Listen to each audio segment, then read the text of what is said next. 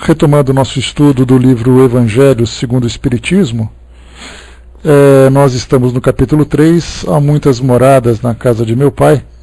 Nós vamos para o item número 3, diversas categorias de mundos habitados, e também vamos para o destino da Terra e causa das misérias humanas, né? São dois capítulos pequenos, dois itens pequenos para a gente abordar, então a gente vai tentar fazer isso com calma hoje.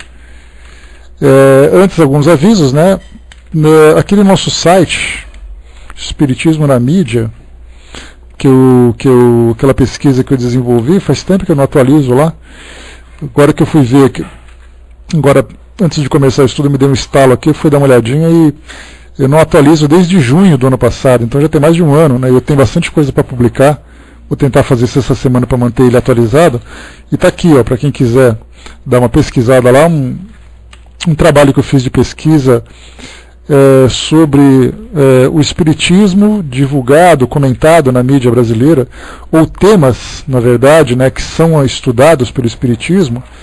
E eu, então, fazendo as minhas pesquisas, eu consegui, né, pegar informações desde o início, lá em 1944, publicado na revista O Cruzeiro, né, quando o Chico Xavier começou a despontar na nossa mídia, vai passando para 57 e tudo mais, e tantas outras pesquisas. Então tudo que eu consegui encontrar em jornais, novelas, programas de entrevistas, revistas de circulação nacional, tudo que foi possível, lançamentos em cinema, qualquer coisa que dizia respeito ao Espiritismo, ou alguma coisa que fazia referência a esses fenômenos no Brasil, então eu pesquisei e fui colocando lá, né? Só que a gente nunca consegue terminar essa pesquisa, porque sempre tem coisa nova aparecendo, né? Então, vou tentar fazer a atualização o mais brevemente possível, né? De preferência essa semana.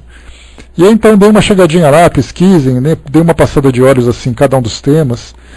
Eu publiquei também alguns links de matérias, né, ou então de vídeos do YouTube também, que a gente encontra bastante coisa. Então, assim, independente do programa, independente da época, é sempre interessante observar a evolução da doutrina espírita aqui no Brasil, para a gente poder entender hoje, né, porque aquilo que se reflete na mídia é também mais ou menos a trajetória, uma trajetória histórica do Espiritismo no Brasil. Se no início ele era uma mera curiosidade, ele foi se tornando algo bastante natural, algo que despertou realmente a curiosidade das pessoas, e foi se tornando parte do nosso dia a dia, parte do nosso cotidiano. Então, vamos aguardar, né, essa minha atualização, mas enquanto isso vocês podem fazer uma pesquisa tranquila, né? Inclusive aqui, eu estou até vendo agora, que no dia 15 de janeiro de 2003, eu publiquei aqui que a Ancine, né, que é a Agência Nacional de Cinema, lançaria o Nosso Lar 2, só que na verdade o Nosso Lar acabou se transformando em... Qual o último filme que saiu do cinema aqui, do livro do Chico, que eu esqueci o nome, pessoal?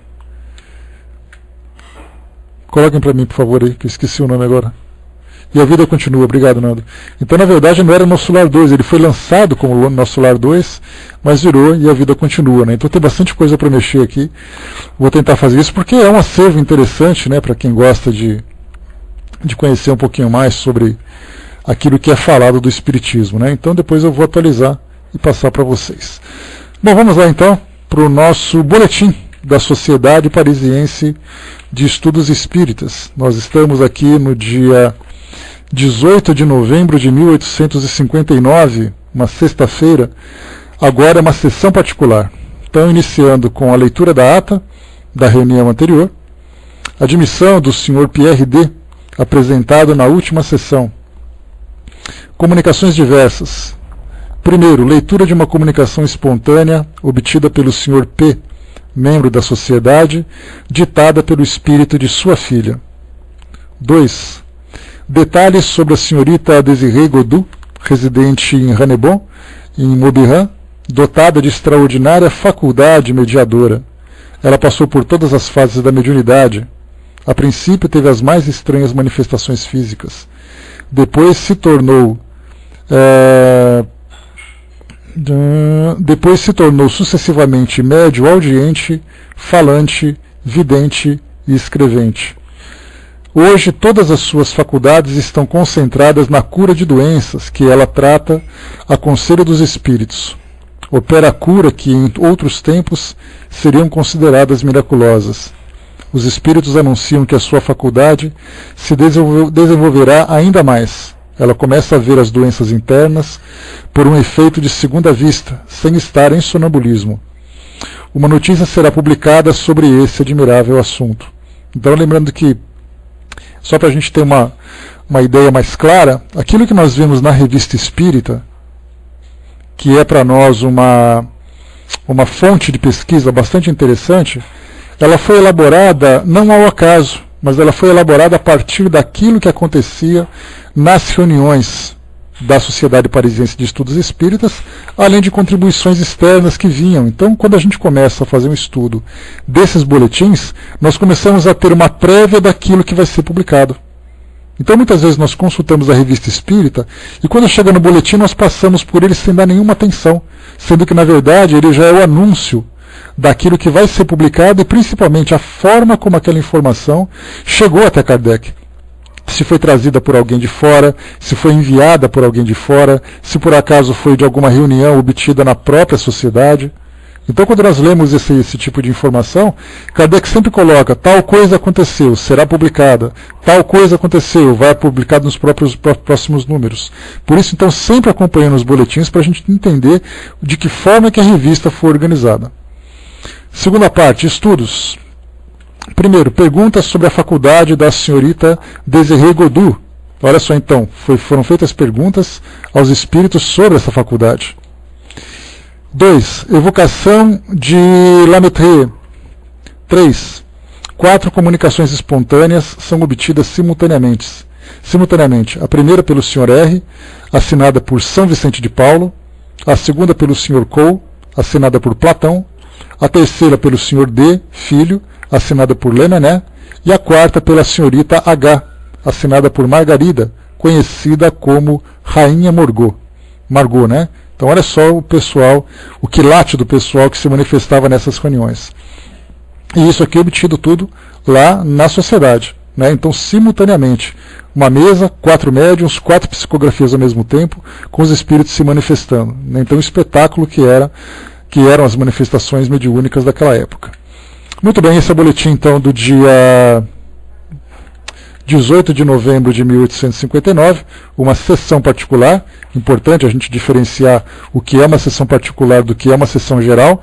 Geral tem ali os convidados, né, que participam da reunião, e as sessões particulares exclusivamente para os membros da sociedade. Então, era uma dinâmica diferente que acontecia nessas duas sociedades, nesses dois tipos de sessão. Então, aqui, próximo 25 de novembro de 1859, teremos uma sessão geral para lermos amanhã no nosso próximo encontro. Já lembrando também que na próxima quinta-feira, dia 28 de agosto, nós teremos o nosso tema livre. Então, hoje é terça-feira, daqui 2 dias temos o tema livre, então vão preparando aí as perguntas, as dúvidas, tudo aquilo que vocês quiserem colocar como pauta do nosso estudo, para já debatermos na próxima quinta-feira, então. Vamos lá. Nós estamos aqui então no Evangelho segundo o Espiritismo, entrando aqui nesse capítulo que trata das diferentes moradas, né, no plano espiritual. Aqui nós temos então, fizemos a leitura dos diferentes estados da alma na erraticidade. Nós fizemos um estudo, né, de 2 reuniões nossas estudando sobre a condição de erraticidade, reforçando sempre que erraticidade não é o local onde o espírito está, mas é a condição em que ele está. Então a gente tem que corrigir o nosso vocabulário para utilizarmos a expressão de uma forma correta. E agora a gente vai falar sobre as diversas categorias dos mundos habitados. Vamos lá então. Kardec foi assim um pouco breve sobre esses temas, né, mas ele acabou explorando um pouquinho mais também lá na Revista Espírita, mas isso aí depois a gente já chegou a tratar demos uma passada, né, nesse tema. Então vamos lá, diversas categorias de mundos habitados, item número 3. Do ensinamento dado pelos espíritos, resulta que os diversos mundos possuem condições muito diferentes uns dos outros, quanto ao grau de adiantamento ou de inferioridade de seus habitantes. Dentre eles, há os que são ainda inferiores à Terra, física e moralmente. Outros estão no mesmo grau, e outros lhes são mais ou menos superiores, em todos os sentidos. Nos mundos inferiores, a existência é toda material. As paixões reinam soberanas, a vida moral quase não existe. À medida que esta se desenvolve, a influência da matéria diminui, de maneira que nos mundos mais avançados, a vida é, por assim dizer, toda espiritual.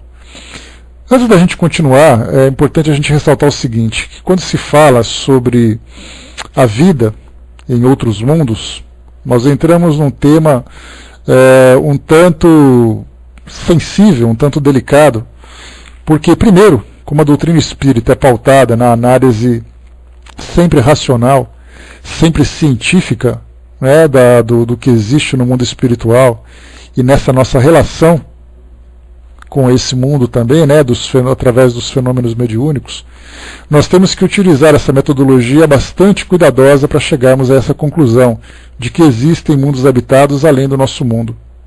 Se nós nos basearmos naquilo que a ciência hoje pode oferecer, nós teremos, né, rapidamente ali chegaremos à conclusão de que, dentro das respostas que nós já obtivemos, somente o planeta Terra é habitado.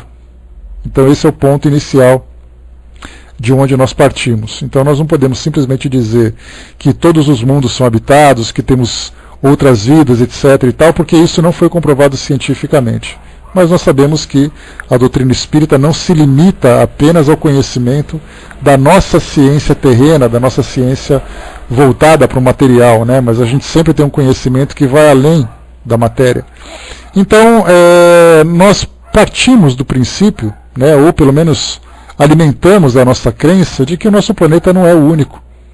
Isso porque nós estamos ali constantemente bombardeados com ideias de alienígenas, né, com ideias de objetos voadores não identificados, com visitantes aqui do nosso mundo, né? A mídia sempre procura mostrar para nós a vida no espaço, e com comédia ou de uma forma um pouco mais séria.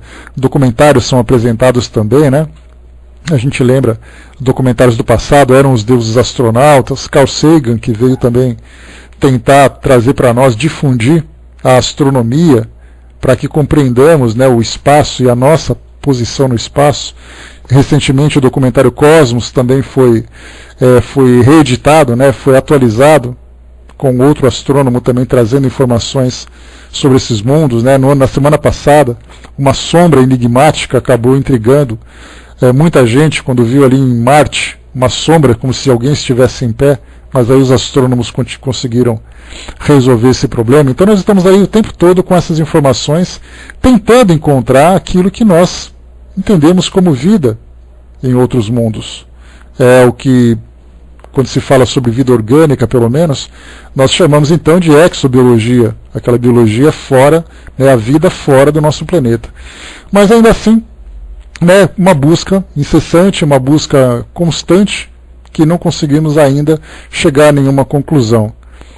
Uma palestra realizada pela Universidade de São Paulo, na Universidade de São Paulo, pelo Instituto de Astronomia, acabou analisando essa questão da exobiologia, né? Eu não cheguei a ver o que era não, Regina, mas eu vi que eles resolveram que isso era mais uma ilusão de ótica, não era nada muito significativo não, né? Então, nessa palestra, o astrônomo falava sobre as pesquisas que vinham sendo desenvolvidas em busca dessa vida, e ele falava o seguinte, que a expectativa da ciência, muito mais do que a expectativa da sociedade de modo geral, porque nós, enquanto sociedade, esperamos então que uma nave espacial chegue, saia um alienígena e faça o primeiro contato, né? Então, a ciência já é diferente. A ciência procura, na verdade, micro-organismos. Então, procura uma bactéria, qualquer ser que seja vivo dentro da água, né, dentro de um ambiente aquático que existe em outros mundos. Então, eles procuram água subterrânea, água abaixo de calotas de gelo, simplesmente para pegar uma gota e tentar encontrar um micróbio ali dentro. Então não é nada assim muito espetaculoso, podemos dizer assim, para falar sobre vida em outros mundos. Então nós partimos do princípio assim, tem vida em outro mundo, então nós temos que primeiro procurar na água, segundo, tentar encontrar uma vida microscópica, para depois começarmos a pensar em organismos mais complexos. Né? Então essa é a ideia que hoje a ciência tem no que diz respeito à vida em outros planetas. Né? Nós continuamos também procurando informações através de radiotelescópios, né, que procuram pulsares, procuram comunicações do mundo do universo e tudo mais, mas por enquanto não tivemos nada de concreto, né, a não ser ali algumas informações que com o passar do tempo acabavam depois sendo esclarecidas. Então o que nós entendemos hoje de vida fora do nosso planeta se resume a esse conhecimento que a ciência traz. Muito bem.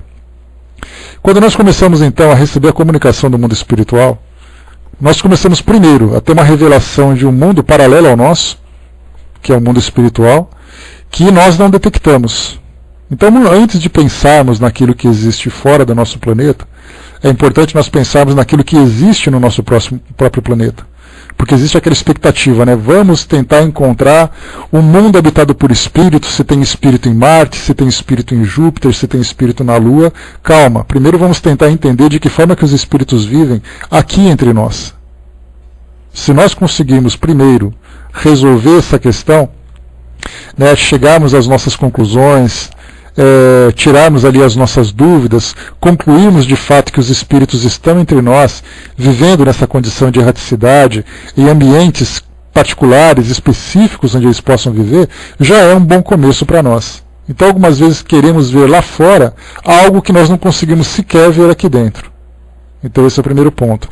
E, inclusive quando se fala aqui dentro também, esse mesmo pesquisador, esse astrônomo, ele dizia assim que nós convivemos com vidas extraterrestres aqui no nosso planeta, na categoria de seres microscópicos, que nós não conseguimos identificar, simplesmente porque nós não temos parâmetro.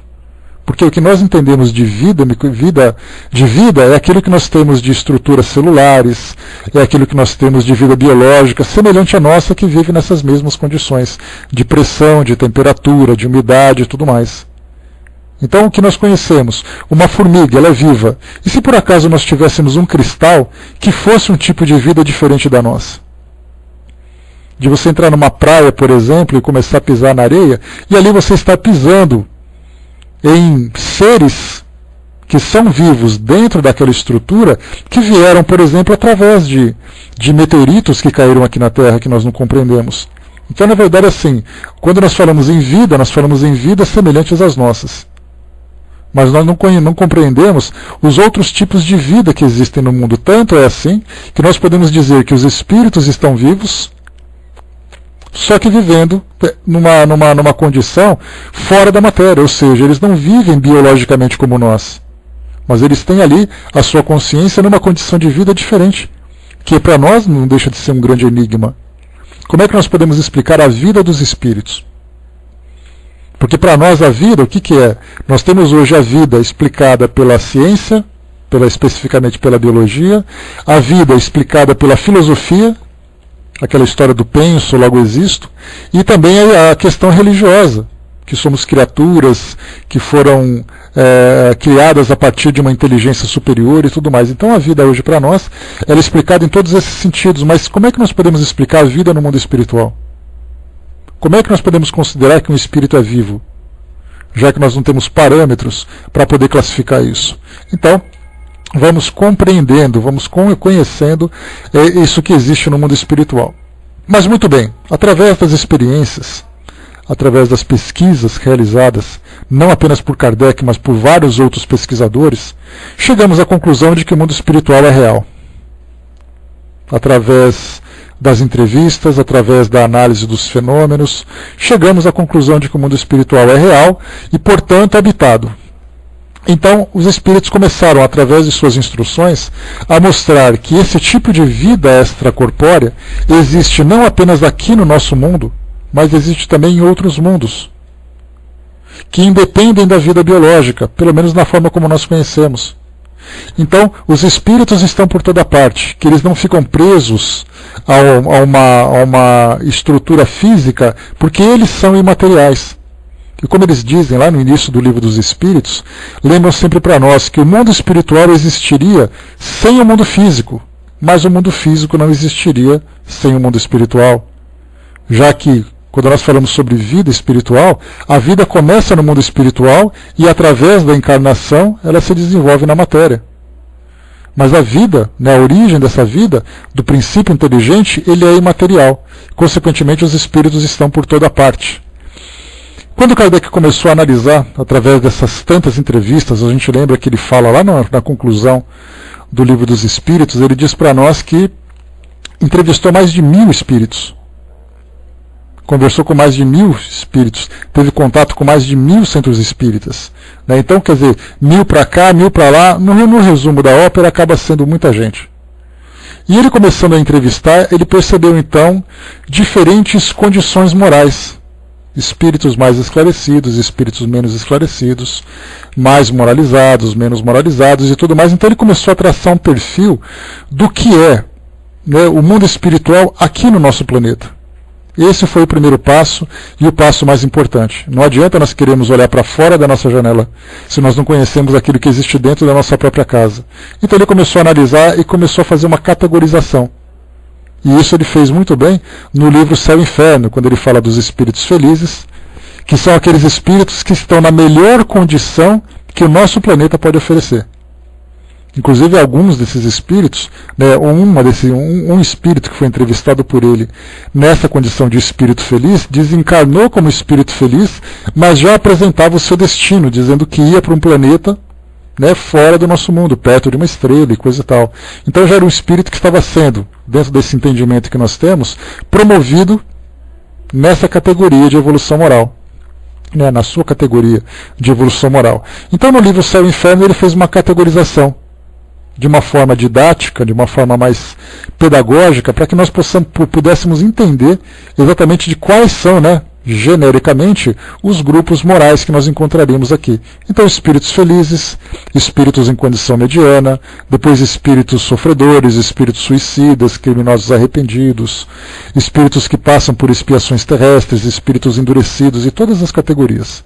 Então, ele traçou um perfil de quais são os grupos que nós encontramos nesse planeta que nós vivemos, que é um planeta de provas e expiações. Então, nessa categoria encontramos. Só que o mundo espiritual ele não se limita apenas nesses dois extremos, desde um espírito endurecido ou um suicida, seja lá qual for a condição mais dramática que nós encontraremos, até a condição mais feliz, mas ela vai muito além, para cima de que espíritos. Se nós encontramos aqui a felicidade no nosso planeta, nós encontramos uma felicidade que vai muito além dessa que nós conhecemos. Mas já que o nosso mundo comporta apenas espíritos, nessas condições de espíritos que passam por provas e por expiações, existem então outros ambientes que acolheriam esses espíritos. Jesus, por exemplo, foi a melhor referência que nós tivemos de um espírito que não fazia parte da natureza terrena, do ambiente terreno. Então ele deveria estar em algum lugar. E estando em algum lugar, ele estaria sozinho? Quantos mais haveria junto dele? Qual seria esse local? Muito bem, antes disso, se nós pensarmos nos espíritos em condições mais dramáticas aqui no nosso planeta, será que essa é a pior condição que nós encontraríamos? Quando eu falo pior condição, é muito mais assim da infelicidade que o espírito sofre, seja na condição de um endurecido, seja na condição de um espírito criminoso, seja na condição de um suicida, não importa qual seja, mas da condição de maior infelicidade que nós poderíamos encontrar, será que abaixo disso haveria espíritos em condições piores? Os espíritos revelaram que sim. Então nós começamos a categorizar os mundos, que a gente vai ver daqui a pouquinho, né, com o maior detalhe que Kardec vai trazer para nós. Então vimos que tem espíritos piores do que nós, tem espíritos melhores do que nós. Se fossem iguais a nós, estariam aqui convivendo conosco nesse nosso mundo. Como eles são em condições diferentes, eles vivem fora daqui. Então, primeiro, perceberam que havia então outras moradas, outros ambientes para acolher esses espíritos. E muito mais do que outros ambientes, haveria então muito mais desses ambientes. Então, assim como o nosso, outros mundos também acolheriam espíritos assim. Então, semelhantes à Terra, outros mundos assim. Pior do que a Terra, vários outros mundos assim. Melhor do que a Terra, tantos outros também. Começamos então a povoar o universo. Porque primeiro era necessário conhecer os espíritos. Primeiro entender o que era a vida. Depois compreender a existência dos espíritos. E depois entender a sua categoria. Depois entender onde eles estão. Então, na verdade, essas informações que chegam para nós, elas estão acima do que a ciência física, do que a ciência terrena pode apresentar para nós como resposta. Ela é, na verdade, uma informação, uma revelação que chega. E esse é o caráter da revelação que nós vamos estudar no livro A Gênese. Quando Kardec fala por que a sua doutrina espírita tem essa autoridade. Nós estudamos também aqui mesmo no Livro dos Espíritos, aqui no Evangelho segundo o Espiritismo. Por que a doutrina espírita tem autoridade para falar sobre essas informações? Exatamente pelo critério que utiliza, pelo método que utiliza para poder sustentar, apoiar essas novas ideias que chegam para nós. Muito bem, conseguimos aí também. Quando nós falamos, para a gente ter uma ideia sobre essas diferenças de mundos, mundos piores, mundos melhores, a gente pode utilizar o nosso planeta como referência. Né? Porque é o que eles têm, né, Nina? Bom dia. Porque é exatamente o que eles têm. A referência que se tem da ciência é exatamente, vamos comprovar através dos nossos métodos, através dos nossos instrumentos, da nossa tecnologia. Então fica essa restrição. Mas como Kardec lembra lá no livro que é o Espiritismo, ele diz assim, que a ciência material diz respeito às questões materiais. Quando se fala do mundo espiritual, a ciência terrena não pode se manifestar. Porque eles não têm autoridade para falar de um assunto do qual eles não compreendem, do qual eles não podem interferir. Mas, gradativamente, a gente vai, conforme a gente tem falado ultimamente, vendo a ciência evoluir e, de preferência, também se interessar a conhecer esse novo mundo e tentar desenvolver tecnologias para poder explorar melhor esse assunto do que simplesmente se basear numa questão de crença. Embora não tenhamos tecnologia científica para isso, nós temos metodologia científica para isso. Essa metodologia é fazer pesquisa, tirar conclusões e tudo mais. Então não é simplesmente eu acredito porque eu acredito. Não, eu acredito porque eu posso chegar a essa conclusão através de uma análise mais racional, ainda que ela seja imperfeita. Mas essa lógica da qual eu sou dotado me permite diferenciar aquilo que para mim é mais racional daquilo que é mais fantasioso. Então essa metodologia já é para nós uma referência. Mas vamos analisar o nosso planeta. Se o nosso planeta é um mundo de provas e expiações, como seria um mundo pior do que o nosso? Basta a gente voltar no tempo. Né? A gente já comentei com vocês que Kardec, no livro A Gênese, ele falava sobre o elo perdido, vamos dizer assim, que seria qual era o organismo que uniria os animais do homem. Porque a partir do lançamento de Darwin, lá em 1859, se eu não me engano, do lançamento da evolução das espécies, quando Darwin sugeriu que o homem nada mais era do que uma evolução dos primatas, dos macacos, na verdade, porque depois a ciência começou a evoluir, a biologia começou a evoluir, né, na classificação taxonômica, perceberam então que não é só simplesmente macaco. Quando você fala macaco, você tem várias variantes, ou várias variedades, várias espécies que derivam dessa ideia do macaco. E aí perceberam que os primatas seriam aquela categoria mais próxima dos seres humanos. Então veremos ali uma evolução. E Darwin sofreu muito por isso. Charges eram apresentadas, né? Por exemplo, desenhavam um corpo de macaco com a cabeça de Darwin. E esses desenhos eram publicados em jornais da época, em cartazes, para tentar ridicularizar essa ideia. Ele fazia parte da igreja anglicana, ele foi então excomungado da igreja por pensar isso, porque a sua ideia simplesmente fazia com que a crença na Gênese bíblica caísse por terra. E ele então, fazendo parte de uma igreja, de uma família religiosa, acabou sendo depois excomungado, mas ele optou pela ciência. Então ele trouxe para nós essa ideia de que o homem evoluiria a partir do macaco. Então Kardec, na época, pelo conhecimento que se tinha, ele trouxe uma dedução interessante. Ele diz assim que o organismo do macaco, para evoluir para o organismo do homem, acontecia porque espíritos humanos reencarnariam em corpos de macaco. E aí então, por esse espírito mais evoluído estar em contato com esse organismo mais atrasado, ele promoveria então, ou forçaria a evolução desse organismo para chegar na condição humana. Então foi essa a ideia que se trouxe, né? Por que um corpo de macaco ou de um primata evoluiria para o corpo de um ser humano? É simplesmente porque o princípio inteligente que estava ali era um princípio mais evoluído e estimularia então essa transformação. E isso naturalmente há milhões de anos. Né? Há milhões de anos e durante milhões de anos. Então essa era a ideia que Kardec tinha na época. Só que quando nós chegamos no final do século XIX, começo do século XX, com estudos arqueológicos mais dedicados, né, que não eram simplesmente pessoas que escavavam, eram pesquisadores de fato que faziam essas pesquisas. Começaram então a encontrar aqueles esqueletos de não apenas seres humanos, mas de humanoides, que era uma classe intermediária entre os primatas e os seres humanos. E aí começaram a encontrar não apenas um tipo de humanoide, mas vários tipos de humanoides em graus diferentes, desde aquele que tinha 1 metro de altura, que já ficava apoiado sobre as 2 pernas, que no caso eram os bípedes, até aqueles mais evoluídos com crânios maiores, mais fortes e tudo mais. Então, no século XX foi para nós uma época muito interessante, que trouxe esse, eu não vou dizer o elo perdido, né, entre essas duas espécies, né, a espécie animal, né, ou o reino animal e o ser humano, né? Apesar do ser humano fazer parte do reino animal também, mas dessas duas grandes espécies. Mas ele trouxe para nós, na verdade, vários elos que foram se juntando, tentando conectar os seres primatas até os seres humanos.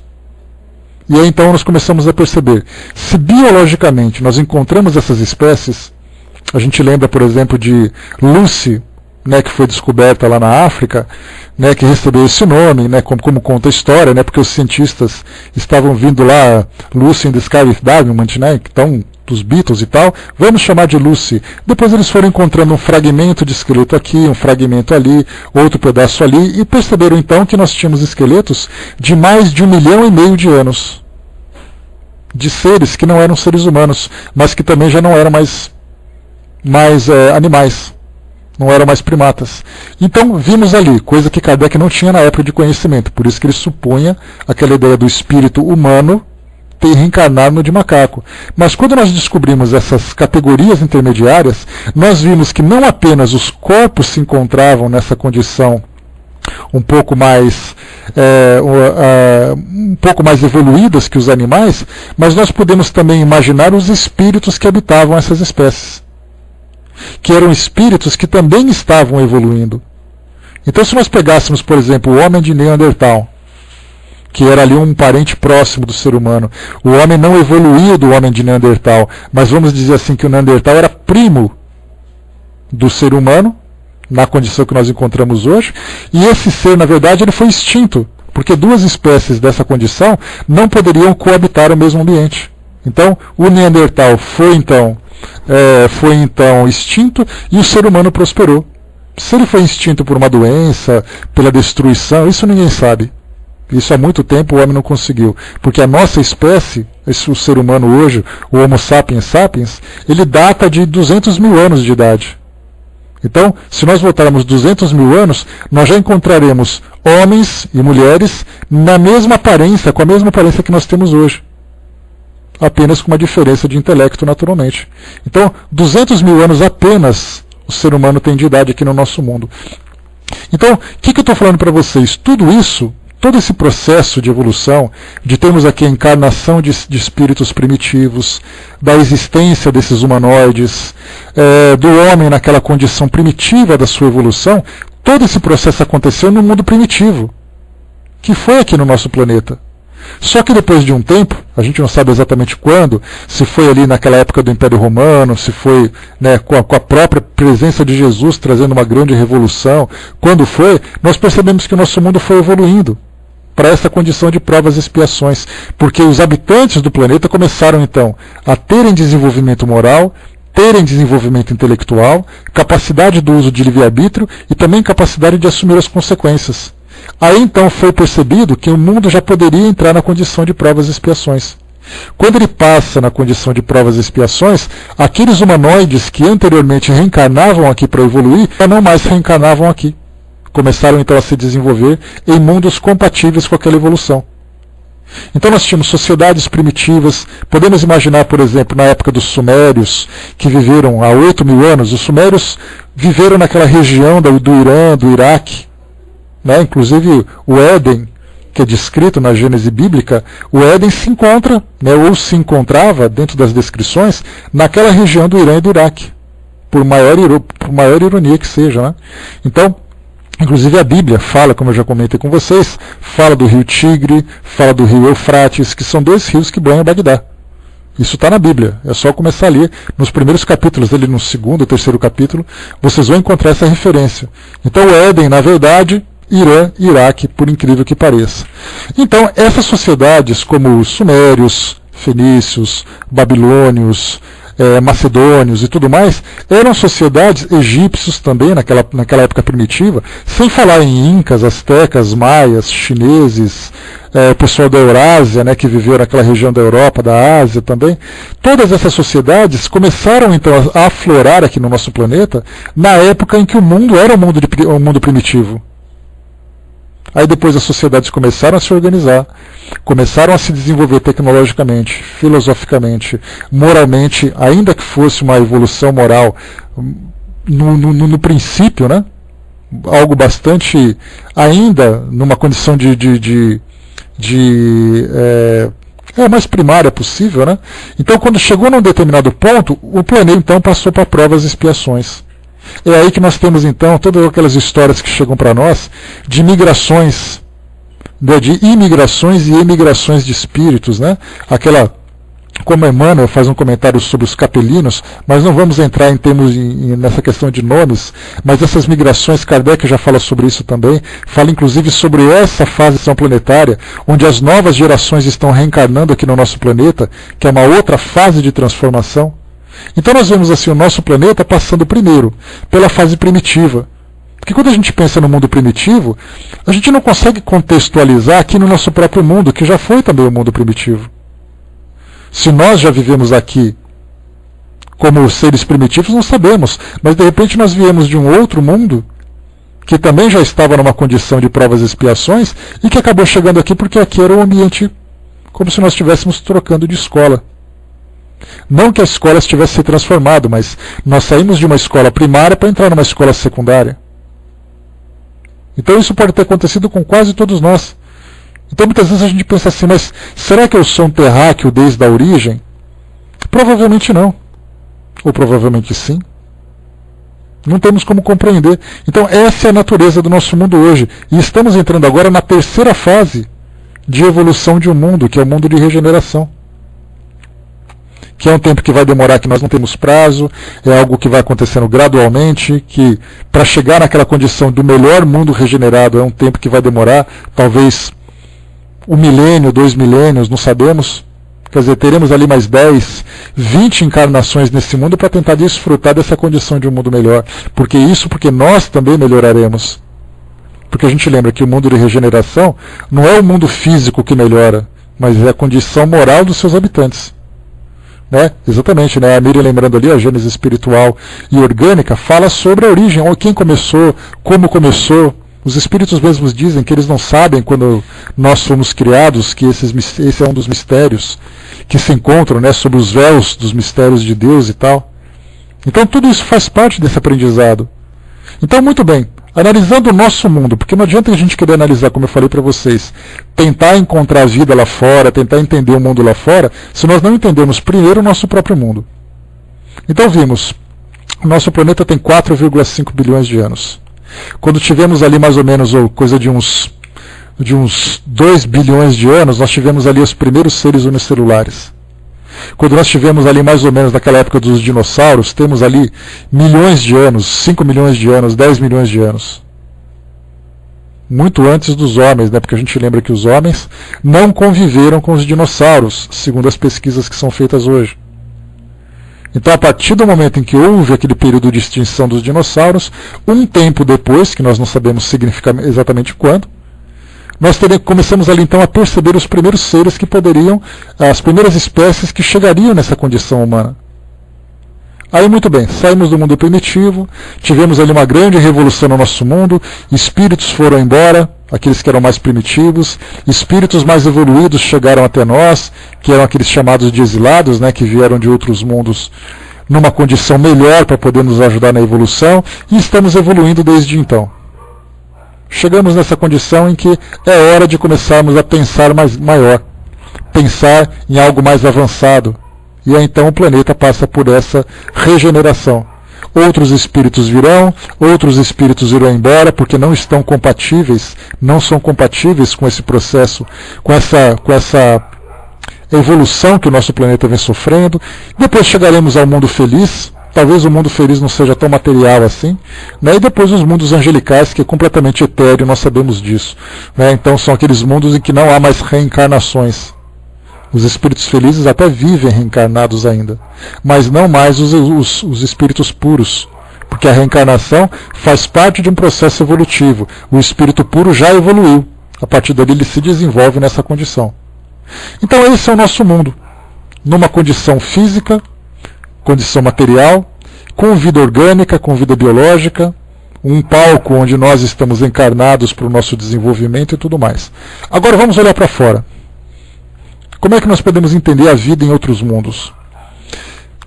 Se a nossa ciência não conseguiu ainda explorar, compreender exatamente de que forma é que a vida pode ser compreendida lá fora, nós temos então aquilo que os espíritos nos passam. E ainda assim surge para nós tantas e tantas dúvidas. E essas dúvidas surgem exatamente porque aquilo que fala, o que é falado a título de revelação, chega para nós sem comprovação da nossa tecnologia. Se pegarmos a Lua, é explorado o tempo todo, e os espíritos dizem que há habitantes na Lua, só que habitantes na condição espiritual. Até aí tudo bem, se a gente não consegue comprovar os espíritos aqui do nosso lado, porque teríamos problema em aceitar a vida na Lua.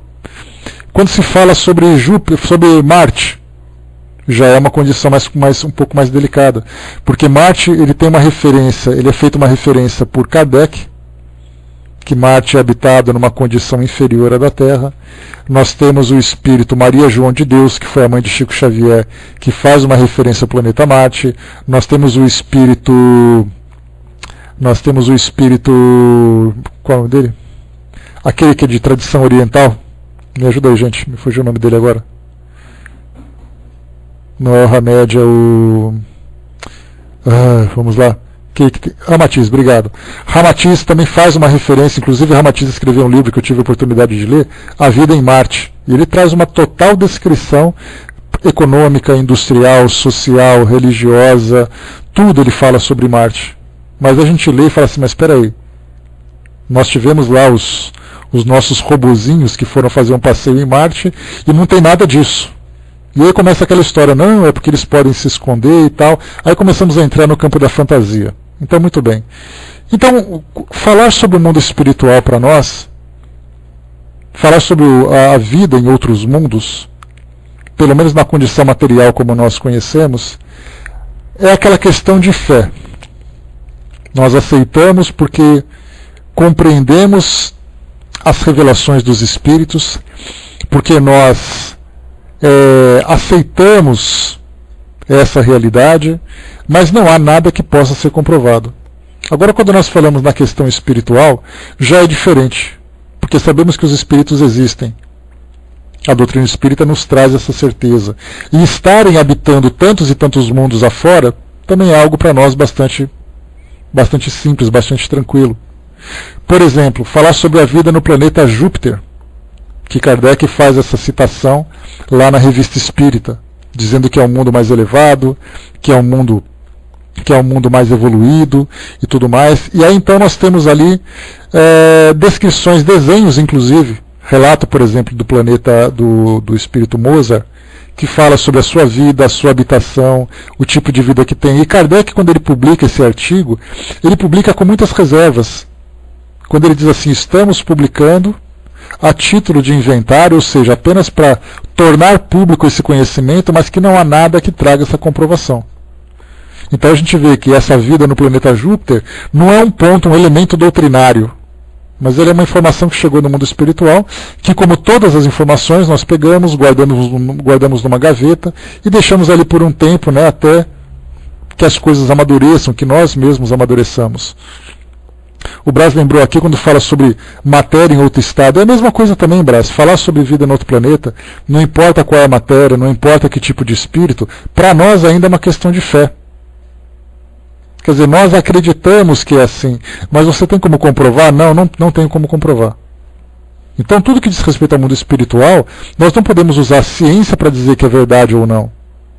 É uma questão de lógica e é uma questão de fé, ou seja, a fé raciocinada. Futuramente nós esperamos, mas eu acredito que no mundo espiritual, quando nós estivermos lá e continuarmos, né, sendo esses estudantes curiosos que nós somos, nós teremos a oportunidade de explorar todos esses conhecimentos e tirar as nossas dúvidas.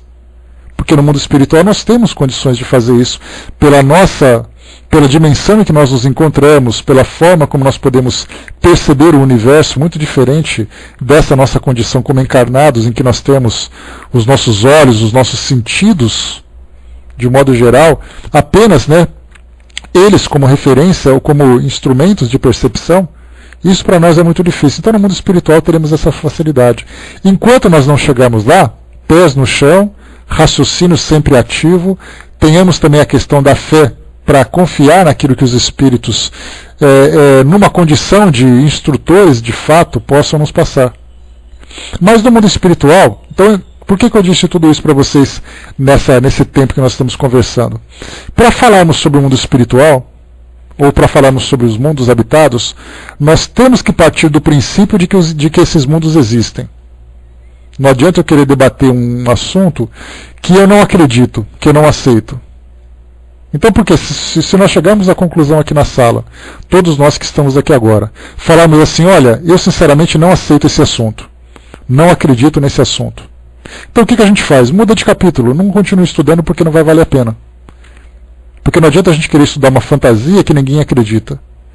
Então é importante nós pensarmos, se nós aceitamos, por que nós aceitamos e até onde nós aceitamos.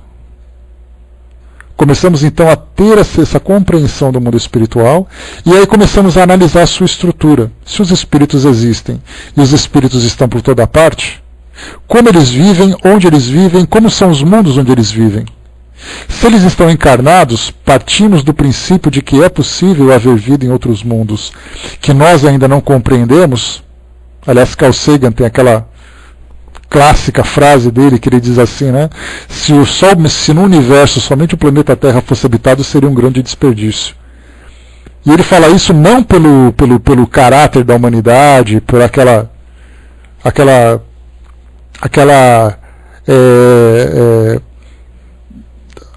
contexto da época, né? Porque ele foi um grande divulgador da década de 80 e nós vivíamos naquela época a Guerra Fria, bombas atômicas, guerras que estavam para acontecer, na iminência de acontecer. Então quando ele falava isso, na verdade ele falava pelo tamanho daquilo que existia no universo, tantas e tantas estruturas, e não ter vida para nada disso.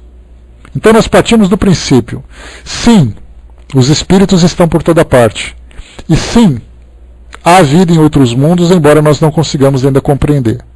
Partindo desse princípio, nós podemos então compreender, já que os espíritos existem, já que nós temos outros mundos habitados, como são esses mundos?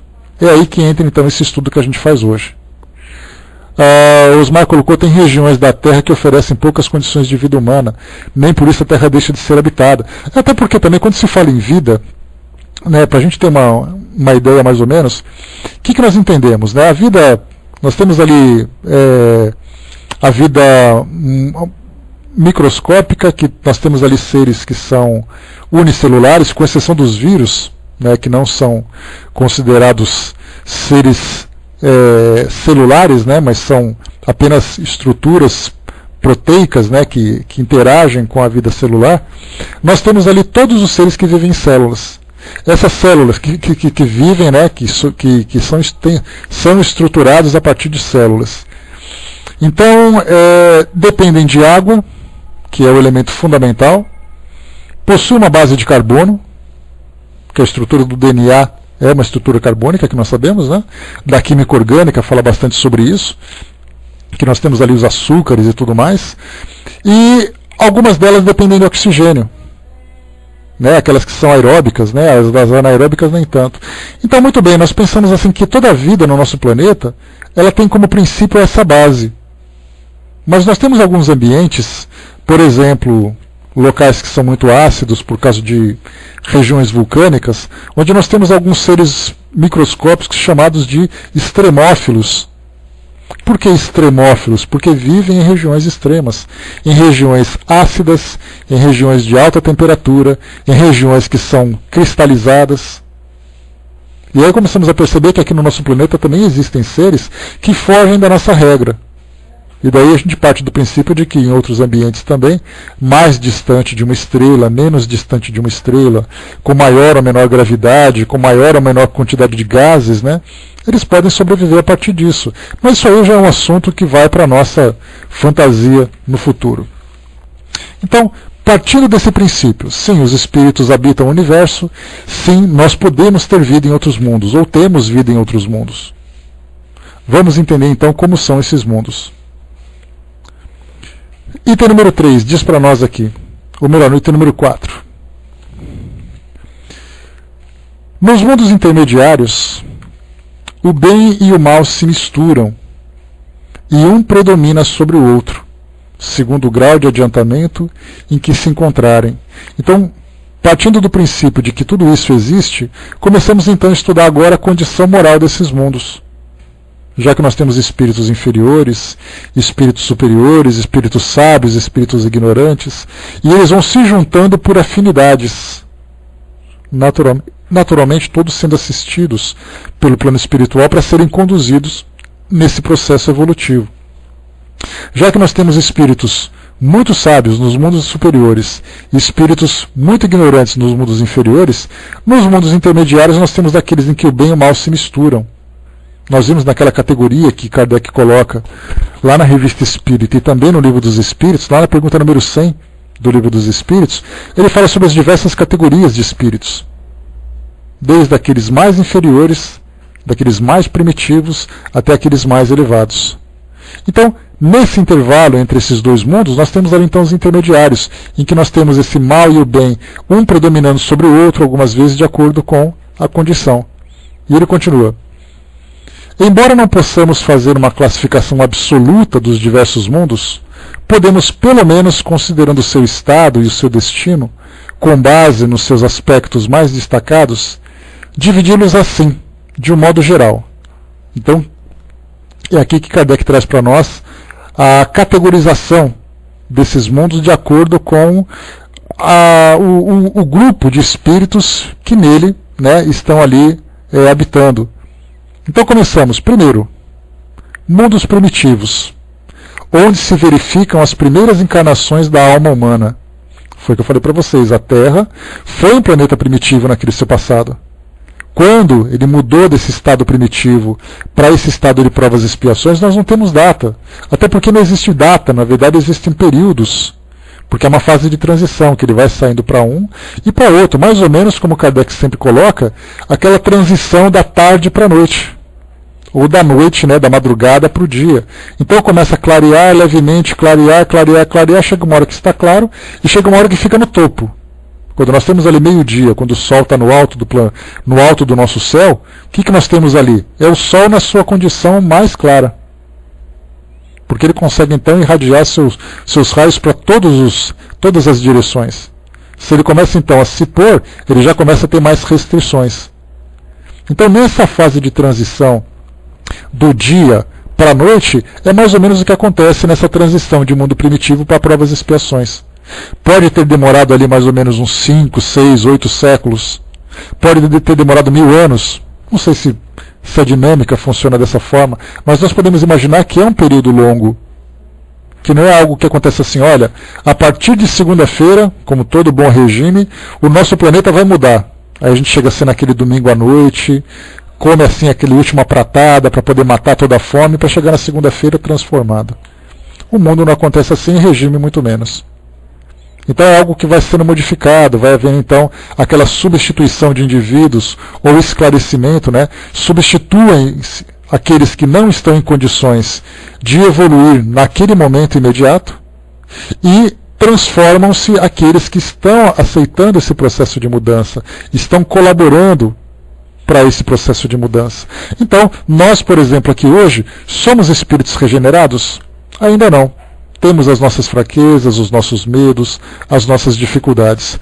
Quanto tempo a gente vai demorar para poder melhorar esse nosso caráter, essa nossa condição? Poderíamos dizer assim que talvez 2 ou 3 encarnações? Talvez. Sendo otimista, a gente espera chegar nessa velocidade. E aí então, daqui 2 ou 3 encarnações, nós estaremos aqui ainda acompanhando esse processo de mudança.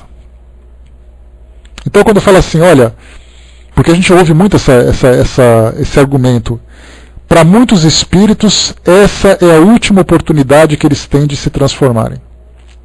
E isso tem uma certa legitimidade, porque quando nós falamos sobre esses espíritos, nós falamos sobre aqueles que realmente promovem a barbárie.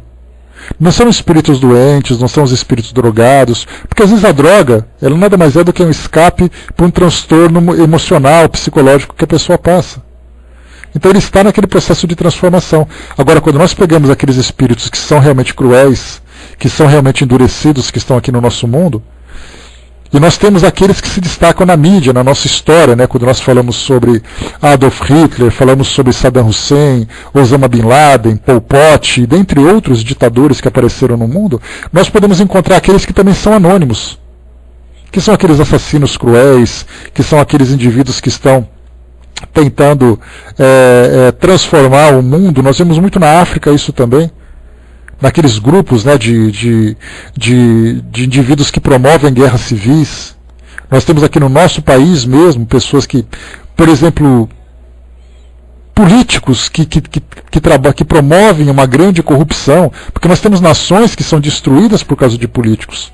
Nós enfrentamos os nossos problemas, mas isso não chega nem perto de países que estão destruídos por causa dessa política corrupta. Então nós vemos esses indivíduos que realmente não têm condições mais de continuar acompanhando, porque a presença deles no nosso mundo trazem esses tipos de transtornos. Então vale muito mais excluí-los desse ambiente e deixar que nós consigamos evoluir através das nossas dificuldades, do que tentarmos conviver com eles. Esses senhores da guerra que já apareceram na nossa história, quantas e quantas destruições já aconteceram no nosso mundo por causa de pessoas que tomavam decisões. Então, há esse processo de substituição. Espíritos mais evoluídos vieram para cá para atuar na área da economia, da indústria, da educação, da ciência, da religião, da sociedade de um modo geral, sem nenhum destaque especial, mas pessoas comuns. Um professor, por exemplo, que reencarna e se torna um ótimo professor para ajudar a modificar o pensamento daquela comunidade de educação. Nada muito especial. Quando nós vemos aqueles relatos, né, que Emmanuel reencarnou para ser um educador, que seja. Ele e mais outros milhares também vieram para fazer isso. Alguns com mais conhecimento e mais capacidade de influência, e outros com menos. Outros que vieram para ser empresários, né? O Brasil lembrou aqui de Antônio Hermílio de Moraes, outros que vieram para ser empresários, para formar indústrias, para trazer ali, ajudar realmente no processo de evolução de uma sociedade. Então estamos passando por esse processo de mudança. Estamos passando por essa transformação. Então quanto tempo vai demorar? Nós não sabemos. Então já saímos, como nós vimos aqui, desse mundo primitivo, né? Onde se verificam as primeiras encarnações da alma. Muito bem, o segundo, mundos de expiação e provas, em que o mal predomina. Então, na verdade, se você tem uma expiação, que a expiação nós podemos simbolicamente chamar de castigo, de punição, que na verdade é a regeneração através da dor, se existe esse suposto castigo, porque a gente lembra que a expiação não é um castigo, né? Porque a expiação ela é nada mais, nada menos do que reviver uma situação difícil, sempre visando a melhoria. Não é uma punição puramente simples. Mas nós podemos pensar assim, a expiação é dolorosa, mas a expiação é o resultado do erro. E o erro é ainda para nós o resultado do mal, desse mal que existe dentro de nós. do egoísmo, do orgulho, da vaidade, que acaba depois se revertendo nessa condição. Então, mundo de provas e expiações, o mal ainda predomina. Por isso, então, sofremos as consequências das provas e sofremos as consequências da expiação. Provas e expiações no ambiente individual, é de mim para mim mesmo.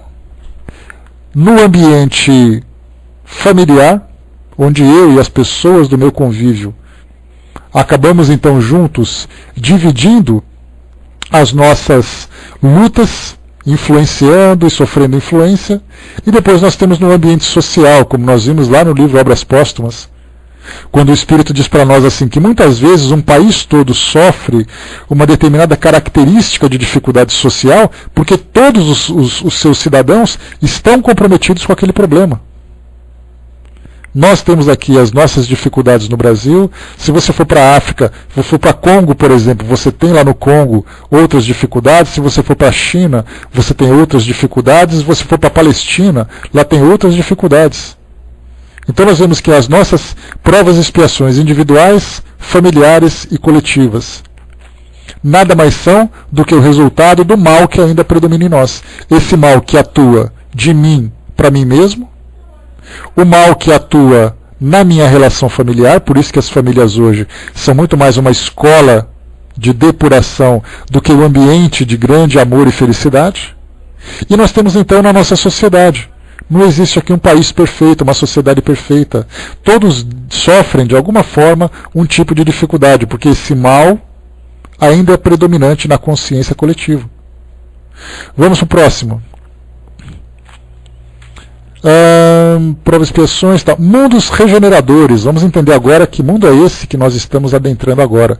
Nós já estamos passando por esse mundo de regeneração. E esse é o que a gente tem que pensar. Então, mundos regeneradores, onde as almas que ainda têm o que expiar adquirem novas forças, repousando das fadigas da luta. Ou seja, nós ainda temos algo para consertar no nosso caráter, mas já não sofremos mais pelo mal. Nós sofremos mais pelas nossas fraquezas. Porque o mal é aquilo que me dá o impulso, é aquilo que me dá a vontade de fazer alguma coisa. E eu faço tendo consciência que é errado. Já a fraqueza é algo que eu faço, digamos, quase que de uma forma ingênua, sem perceber a gravidade da coisa. Tá aí então que nós pensamos. Nós entraremos então nesse mundo, nessa condição, passando ali, como eu falei para vocês, talvez 2, 3 ou 4 encarnações, nós chegaremos num ponto em que nós podemos olhar para trás e falamos assim, realmente eu vivi aquilo, mas hoje eu sou completamente diferente. E as pessoas à volta também falaram a mesma coisa, nós estamos vivendo de um modo diferente. Essa é a característica de um mundo então de regeneração. O próximo, e aqui fala, né, repousando das fadigas da luta, ou seja, não teremos mais esse sofrimento que a gente vive hoje, de acordar todo dia, de ter que matar um leão todo dia, de ter que vender o almoço para comprar janta, sabe aquela coisa toda, de ter que se relacionar com pessoas difíceis.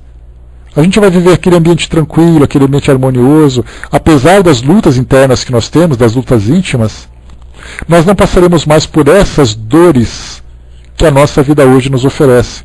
Não teremos as doenças que vão nos causar esses transtornos todos, não teremos esses desequilíbrios psicológicos, né, que nós temos como consequência do estilo de vida que nós temos, essa vida de consumo, essa vida de egoísmo, essa vida de erotismo, de violência.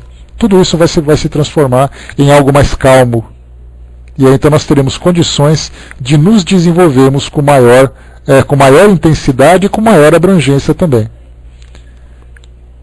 Mundos felizes, onde o bem supera o mal. Então vemos ali que não estamos falando de anjos. Nós estamos falando de mundos felizes, o bem supera o mal, ou seja, nós ainda trazemos uma certa fraqueza. Mas o bem promove a felicidade de todos. É aquele mundo onde todo mundo respeita todo mundo, onde todo mundo ama todo mundo, onde nós não temos miséria, onde nós não temos a dor, onde nós não temos o desprezo, nós não temos a indiferença, o preconceito, não temos mais guerras. É um mundo de faz de conta? Não, não é um mundo de faz de conta. É um mundo que virá realmente. quanto tempo vai demorar para chegarmos nessa condição, não é o paraíso ainda, Silvio. O paraíso ainda vem depois. É mais ou menos a Disney, você se diverte, mas tem que pagar, entendeu? Mais ou menos assim. Agora o paraíso é o próximo. O paraíso a gente chama então de mundos celestes ou divinos, morada dos espíritos purificados, onde o bem reina sem mistura. Esse é o paraíso. É aquele mundo onde os espíritos puros, eles estão completamente depurados das suas fraquezas morais, ou seja, compreendem tudo no que diz respeito ao seu campo de ação, os seus valores chegaram no máximo que poderia chegar. Claro que pode se desenvolver muito mais, porque tem aqueles que acabam de chegar na condição de um espírito puro, e tem aqueles que já estão há milhares ou milhões de anos na condição de espíritos puros. Mas todos eles desfrutam dessa condição paradisíaca no sentido moral. É o mundo perfeito? Sim, é o mundo perfeito. Como é o mundo perfeito? Não sabemos, porque a nossa perfeição é diferente. Quando nós falamos assim, descreva para mim o mundo perfeito. O mundo perfeito para mim é aquele mundo assim à beira da praia, com aquele sol gostoso, tomando uma água de coco, com a conta bancária cheia, com boa companhia. Isso é o mundo perfeito. Olha que mundo mais pobre o nosso. O mundo perfeito para nós é um mundo sustentado pela matéria. É aquele mundo exterior. Todo mundo é assim. Quem não quer um mundo perfeito? Eu quero morar num lugar maravilhoso, ter a conta maravilhosa, ter a pessoa maravilhosa do meu lado, quero fazer tudo e tal. O Brás, por exemplo, tendo uma loja de pamonha para ele, é o paraíso. Quer dizer, olha só a simplicidade do nosso ponto de vista. Enquanto que quando nós falamos em mundos felizes, nós pensamos em espíritos realmente felizes, que não dependem da matéria para serem felizes. O Trem colocou lá em cima, dentro do nosso corpo existem micro-organismos que fazem sua parte, sem essa abrangência de que estão fazendo, né? Às vezes, só um instantinho, vamos ver aqui, espera que subi minha tela aqui. Às vezes penso se não seríamos a mesma coisa em relação ao universo. Os espíritos falam sobre isso, Trem, tá? Eles comentam o seguinte, que muitos seres, eles comentam isso principalmente quando falam sobre os elementais, aqueles espíritos que estão atuando diretamente na natureza. E aí Kardec pergunta, né, quem são esses espíritos? E aí eles falam para nós, né, que são espíritos numa condição primitiva, que muitas vezes agem sem terem consciência do que estão fazendo.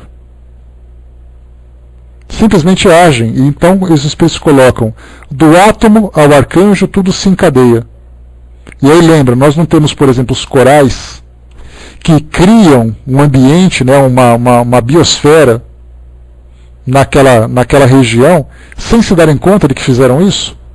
Então, na verdade, nós também fazemos parte de uma grande engrenagem, sempre contribuindo para a evolução de todos os espíritos. Quer dizer, nós estamos o tempo todo nos relacionando uns com os outros, promovendo essa evolução. Então, fazemos com que o mundo evolua materialmente, embora ainda nós estejamos ainda um tanto equivocados nesse sentido, né, pela forma como nós convivemos com o mundo. Vemos aí, né, a ecologia, a sustentabilidade, que são temas que estão surgindo agora para termos essa consciência melhor, né, mas a gente visa o consumo, a destruição, até que chega um ponto em que a gente começa a encontrar um esclarecimento para reverter isso, né, ou seja, produzir com sustentabilidade, promover a reconstituição da natureza e coisa e tal. Então, estamos atuando muitas vezes meio que como autômatos, né? Aqueles que agem como se fossem zumbis, aqueles que vivem como se fossem mortos-vivos, simplesmente fazem aquilo que o instinto manda. Muitos de nós vivem assim. Mas nós já estamos num ponto de esclarecimento em que nós já começamos a direcionar o nosso livre-arbítrio para algo mais efetivo, para algo realmente produtivo. Ou seja, a minha vida tem como objetivo me tornar uma pessoa útil. Útil para mim mesmo, útil para a comunidade onde eu vivo, útil para o meu mundo. Agora, muitos vivem assim, olha, eu estou aqui para passear, porque a Terra para mim é passeio e coisa e tal. Naquela categorização que nós já colocamos, o próprio Kardec fala sobre isso, ele deve falar daqui a pouquinho. Ele lembra assim que o nosso planeta ele pode ser visto como uma escola onde nós temos aprendizes, hospitais onde nós temos doentes, presídios onde nós temos aqueles que infringiram a lei, pátio de obras para aqueles que são trabalhadores, então parque de diversões para aqueles que vieram apenas passear. Então nós temos ali várias formas de analisar o nosso mundo de acordo com aqueles que vivem aqui. E nós temos que nos perguntar qual é o ponto de vista, né? Qual é o nosso ponto de vista de onde nós julgamos a Terra. A Terra é o que para nós? Então nós temos ali, sabe, se a Terra fosse um hospital, seria um hospital lotado, porque está cheio de gente doente aqui. Emocionalmente doente, psicologicamente doente, fisicamente doente. Esse físico, como a gente lembrou, é uma influência direta daquilo que a mente produz, ou seja, uma mente perturbada produz um organismo perturbado. Se fosse um presídio, todos nós somos culpados. Então seria uma grande penitenciária, como o próprio nome diz, penitenciária, serve para punir, serve para pagar penitência. Depois que você paga a sua penitência, você volta à sua vida normal. Seria uma grande escola. Poucos de nós se interessam em aprender, a entender o sentido da vida, a entender como a vida funciona. Não é simplesmente uma escola onde você vai aprender física, matemática, história. É a escola da vida. Então poucos se interessam em realmente viver aqui e produzir. E menos ainda quando nós falamos sobre aquele grande pátio de obras. Aquela grande construção onde nós temos máquinas, trabalhadores correndo de lá para cá para fazer a coisa funcionar. Menos ainda. Então se nós pegarmos penitenciário e hospital, seria assim o grande geral que nós encontramos no nosso mundo. Alguns vivem num hospital dentro de um presídio, né? Ou numa ala reservada dentro de um hospital, que seja. Então, aprendizes são poucos, trabalhadores, menos ainda. Então nós temos que nos posicionar. O que nós estamos fazendo aqui exatamente? E aqueles que vieram passear são aqueles que simplesmente vieram passar o tempo e não produzir absolutamente nada. E como nós sabemos que a lei de causa e efeito é implacável, ela vai trazer o seu tributo. E isso vai ter que ser cobrado depois, porque essa perda de tempo, ela não passa simplesmente despercebida. A perda de tempo, ela cobra o seu preço também. Só para a gente fechar, pessoal, aqui, vamos lá. A Terra pertence à categoria dos mundos de expiações e de provas, e é por isso que nela está exposto a tantas misérias. Rapidamente aqui para a gente fechar o item número 5. Os espíritos encarnados no mundo não estão ligados a ele indefinidamente, e não passam nesse mundo por todas as fases de progresso que devem realizar para chegar à perfeição. Aquilo que eu falei para vocês, né? Nós não estamos necessariamente aqui no nosso planeta desde o início. Nós vamos trocando de escolas. Se nós evoluímos rápido, nós não precisamos esperar que um planeta inteiro passe por essa transformação para que eu possa vivenciar. Se eu alcancei uma condição de um espírito melhor, eu vou para um mundo melhor, porque é natural que eu viva assim.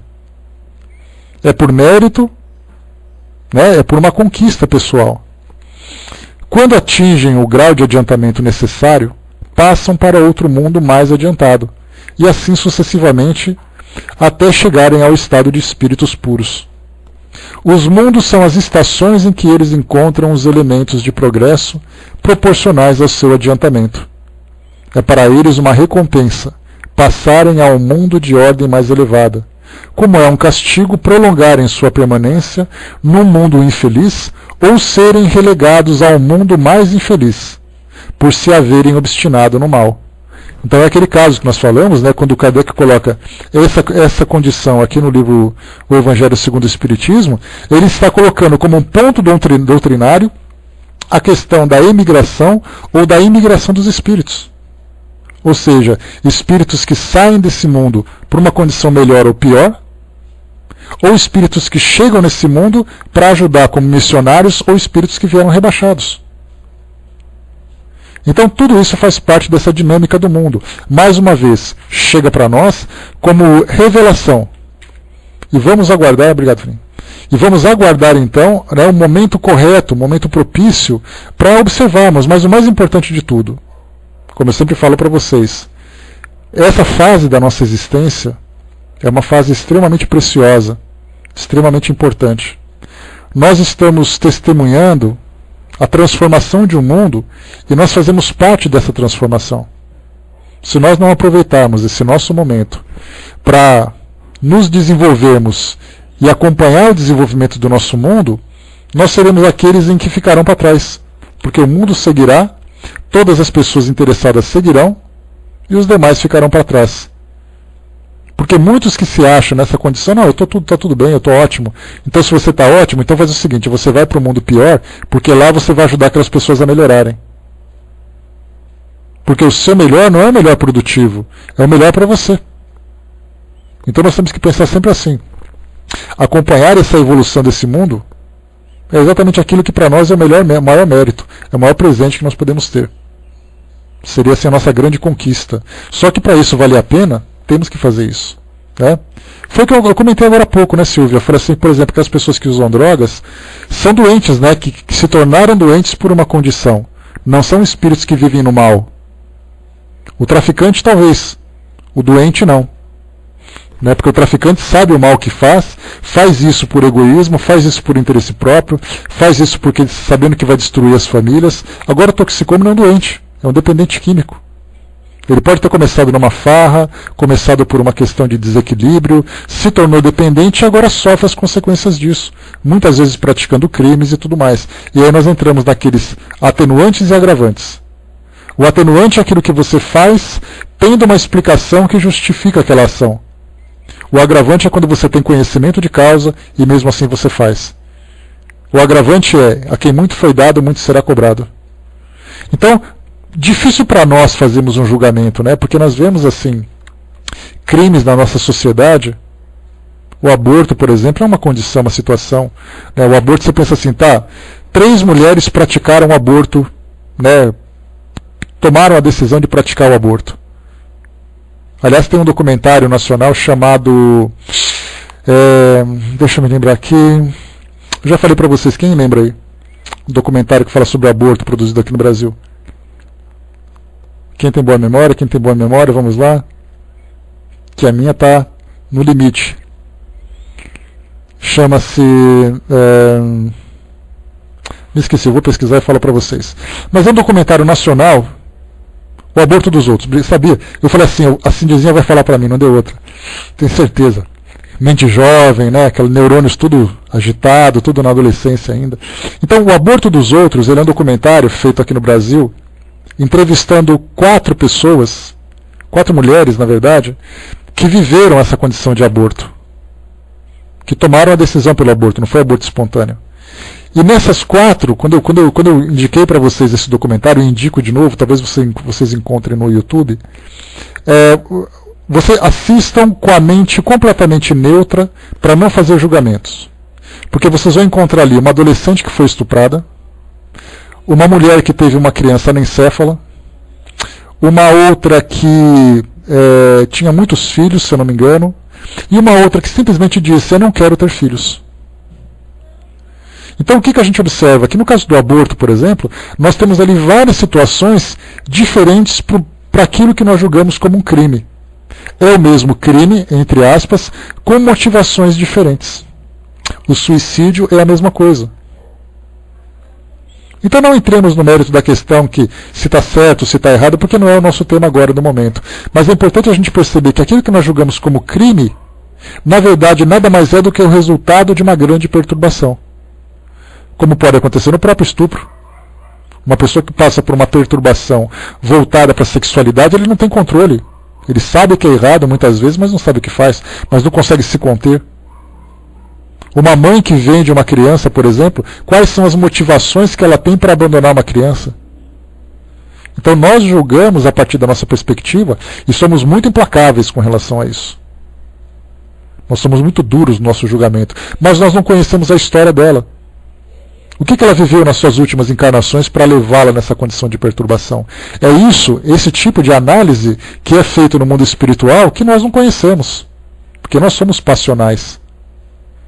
E essa nossa paixão muitas vezes nos cega. Né? Então, por isso a gente sempre lembra, a justiça divina ela é uma lei, né? Aliás é uma instituição, podemos dizer assim, que faz com que as coisas funcionem da forma correta. Só que essa forma correta é a partir de um plano que nós não conhecemos. E do nosso grau evolutivo, da nossa condição evolutiva, como é que nós podemos chegar e fazer um julgamento de algo tão complexo assim. Mas enfim, deixa eu ver só o que falta aqui. Tá, então vimos aqui, né, nesse item número diversas categorias de mundos habitados, item número 3, 4 e 5. O próximo que nós vamos falar é exatamente sobre o destino da Terra e das causas das misérias humanas. Aí a gente vai falar agora sobre o nosso próprio mundo. Por que o nosso mundo é assim? Por que o nosso mundo passa por essa situação? Então, fechando por aqui, pessoal. Esse é o nosso estudo, então nós vamos continuar na nossa próxima semana. Mais uma vez lembrando que na próxima quinta-feira vai ser o nosso tema livre. Aí se vocês quiserem colocar temas para debates, fiquem à vontade. Anotem aí para não esquecer, tá? E voltamos